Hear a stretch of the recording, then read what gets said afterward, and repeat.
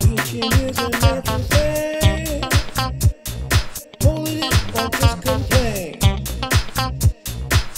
Church people, good Well, people. no, well, you know we experience some that are really like mean and Well, you know what it is that a lot of time church people are misfits. That they're people who or hiding about behind a big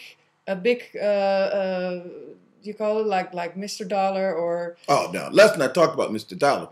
The only Dollar I ever known that had his real name was Dollar was a horse that John Wayne had called Dollar.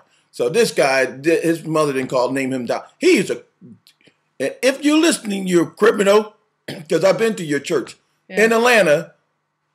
God's right. You know what? He has a church. He's giving church in New York. I think they stopped him. He was flying from Atlanta with a leader jet every weekend to New York, and he was renting out the Madison Square Garden. Oh, really? Yeah, for what? But you know, when you're church, they are asking you Criminal. to give, what is it, 10%? 10%. That's tithe. Of your income. And even the poor people, and they just do it. But this guy is so rich. Yeah. And I don't know if Listen, he's sharing, what he's sharing. I don't believe that a minister of God should be standing in front of poor people with so much money, knowing that his congregation or a large part of his congregation is striving desperately to make ends meet on a monthly basis. Going to church is supposed to be a charitable thing. Yeah. And the tithes that you pay are supposed to go into the storehouse so that when they are needed, and not for more media publicity. And not to go into the preacher's pocket. And that's where you get it wrong. You think whatever they give. House. Yeah, well, second house. Third house. How many houses do you think he might have? Yeah. I don't know. I didn't research him, so I cannot say anything about it. But I can only say what I experienced. And first of all, I didn't feel anything. Like in the church that I went, where Curtis always went, his mother and the family. That was really, truly... I was moved. I was crying a lot. It's the same thing with the minister, Robert Teller, Bishop Teller. Well, the nice part about it is that here is a man who spent his time helping. He's an amazing always man. Helping, always giving. If you had a problem, he would go in his pocket and pull out money. If you couldn't pay your rent, he would help. But this was a way, and he invited everybody into his church, not any specific group of people. And even in America, you have a lot of gay people who are Christians and say, but in some churches they're not welcome. And he opened his church. He said, I don't care what creed, color you're from. He said, you're always welcome. That was nice. Yeah. And also that he preaches about real topics. It's not like I went to a Lutheran church just to feel the difference in the States. And then it's just reciting from the Bible. And I don't get anything from it. But this is where like I said, and a lot of people, you might disagree with me, but I'm saying when they took religion out of school, it made a difference in our society. And the thing is that there is a need for us to believe that we can be better. And when we believe that there is a higher power, we can believe that we can be better. And if there is no higher power, then what is this all about? Yeah. What are you doing here, and what purpose do you serve? If it's only selfishness, then but listen, I believe this too. So people have a right to believe whatever they choose to believe. Or not to believe. And you can disagree with me, and I don't care, and I will get along with you. Yeah. As long as you don't start trying to make me eat snakes or dance with snakes or something. But it's the same thing with Islam. Almost every religion except Satanism, but almost every religion says the main gist of the religion is treat your neighbor the way you want to treat yourself. And if we follow just that rule, this would be a better place. A paradise here. And so I'm bitching. And you know what? You're almost going to make me become a preacher to turn things around. I have to get a church and start making people realize that it's a bigger picture than what we said. And God don't work for me.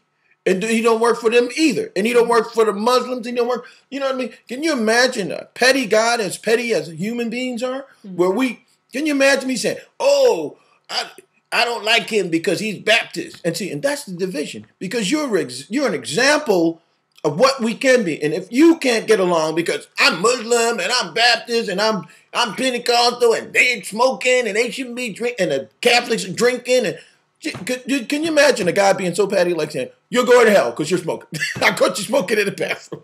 Well, that's where all the wars derive from too, right? Well, most of the wars that we have has been based on what? Ideology. Yeah.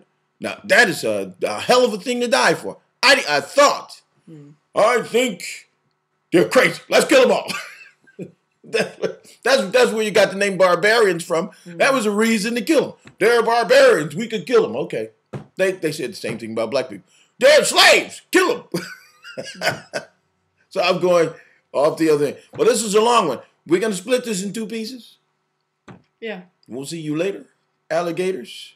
Okay, and we have much more to talk about this topic for next time. Oh, yeah, we can keep going on with the... Because you have to see him preach. I tell you, better come to my church right around the corner. Yeah, my family's from the South, so I love doing that little Southern voice. And his grandparents, they did have a home church. That was a funny. That's a funny story with my grandparents. I unfortunately never got the chance to meet them. They already passed. But. My grandfather was a minister, but he was an ordained minister because God spoke to him.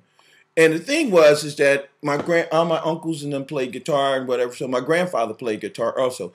So at one weekend, I went to my grandmother's house, and I was the only one there.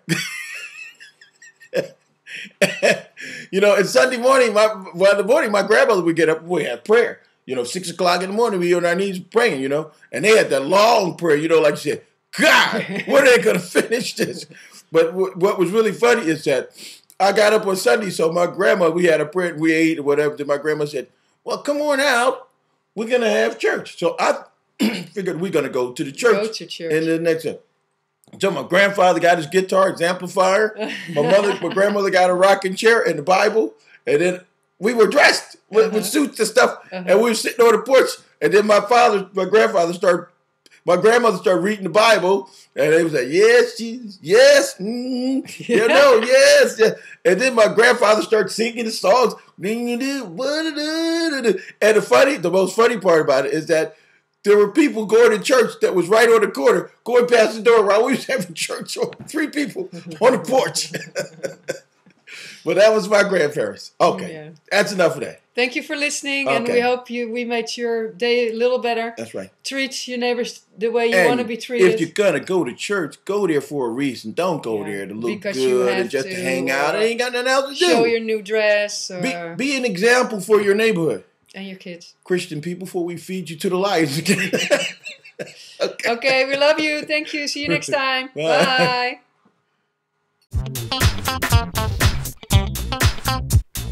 Teaching is a natural thing. Holding it, don't just complain. Bitching makes you feel so good. Welcome to the neighborhood.